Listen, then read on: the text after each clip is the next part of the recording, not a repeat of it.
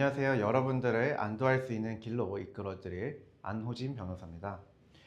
지난 시간에 이제 월 변제금과 소득을 어떻게 산정하는지 대략적으로 말씀을 드렸는데요. 오늘은 월 변제금을 산정하는 가장 중요한 부분인 생계비에 관해서 말씀을 드려보려고 합니다. 생계비는 일단 개인회생을 진행하려고 알아보신 분들은 다들 알 수 있는 개념이 있죠. 최저생계비라는 것과 추가생계비라는 것이 있습니다. 우선 최저생계비란 기준 중위소득의 60%로 계산을 하는데요. 2026년의 경우에는 1인 최저생계비가 대략 153만원, 2인 최저생계비가 대략 252만원, 3인 최저생계비가 대략 321만원이 나옵니다. 그래서 여러분들이 월 소득에서 1인이면 153만원을 빼고 부양가족이 2인으로 계산된다면 252만원을 뺀 나머지가 기본적인 월 변제금이 된다고 보시면 되는데요. 근데 여기서 우리들이 일반적으로 생각하는 부양의 의미와 개인 회생에서의 부양가구, 1인 가구인지 2인 가구인지의 개념은 조금 다를 수가 있습니다. 우리가 일반적으로 생각하기에 결혼을 해가지고 나와 배우자와 자녀가 한 명 있다라고 한다면은 우린 3인 가구니까 3인 최저생계비인 321만원을 빼주는 건가? 라고 생각을 하실 수가 있는데요. 개인회생에 있어서 배우자도 일을 할 수 있는 능력이 있고 일을 못할 상황이 아니라면은 배우자는 부양가족에 포함되지가 않습니다. 그래서 보통 그런 경우에는 미성년 자녀의 1인에 대한 부양 의무를 부부가 각각 0.5씩 부담하게 돼서 1.5인 최저생계비를 적용하는 게 통상의 경우라고 볼 수 있습니다. 1.5인 생계비는 어떻게 계산하냐? 이 부분은 1인 생계비와 2인 생계비를 더해서 평균값을 내면은 그 1.5인입니다. 대략 202만원 정도 될 것 같은데요.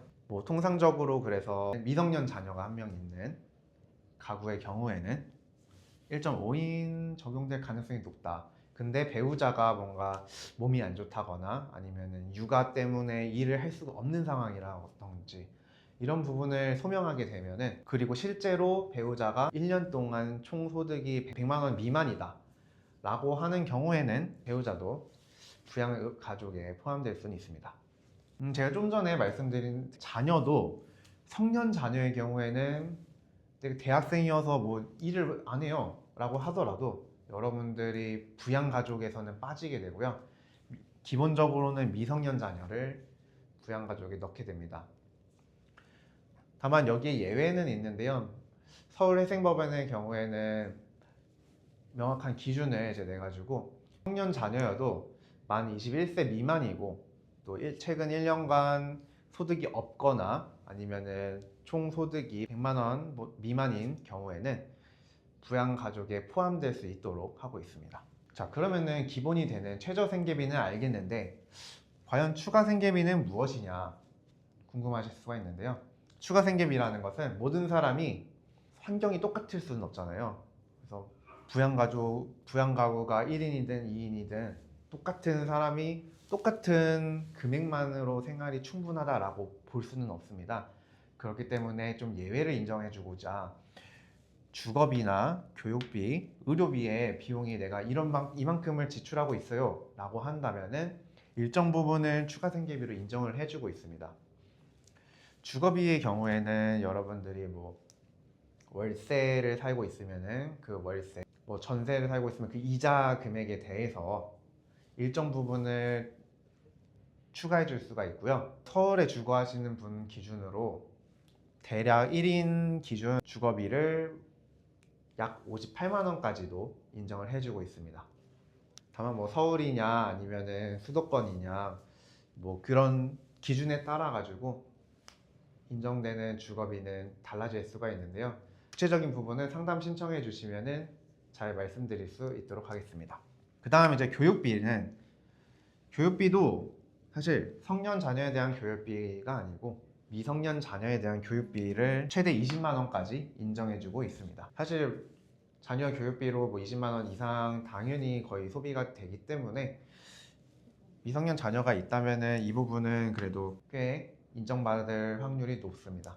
그다음 의료비는 무엇이냐? 의료비는 신청한 채무자 본인 또는 부양가족이 꾸준하게 의료비를 지출하는 일이 있는 경우에 그 지출이나 이런 사실에 대해서 소명을 하게 되면은 인정을 해주는 생계비입니다. 이렇게 해가지고 여러분이 개인회생을 신청했을 때 생계비는 최저 생계비, 내가 부양가족 몇인에 해당하느냐에 따라서 최저 생계비와 그 다음에 추가 생계비를 뭘 주장할 수 있느냐에 따라서 변동이 될 수 있습니다. 근데 다만 추가 생계비의 경우에는 법원에서 호의로 인정을 해주는 부분이기 때문에 이거는 뭐 내가 주거비로 이걸 이만큼 지출하고 있는데 왜 안 해주냐라고 뭐 당연하게 받을 수 있는 거는 아니고요. 상황에 따라서 인정을 받을 수도 못 받을 수도 있는 그런 생계비라는 점을 알아두시면 좋겠습니다.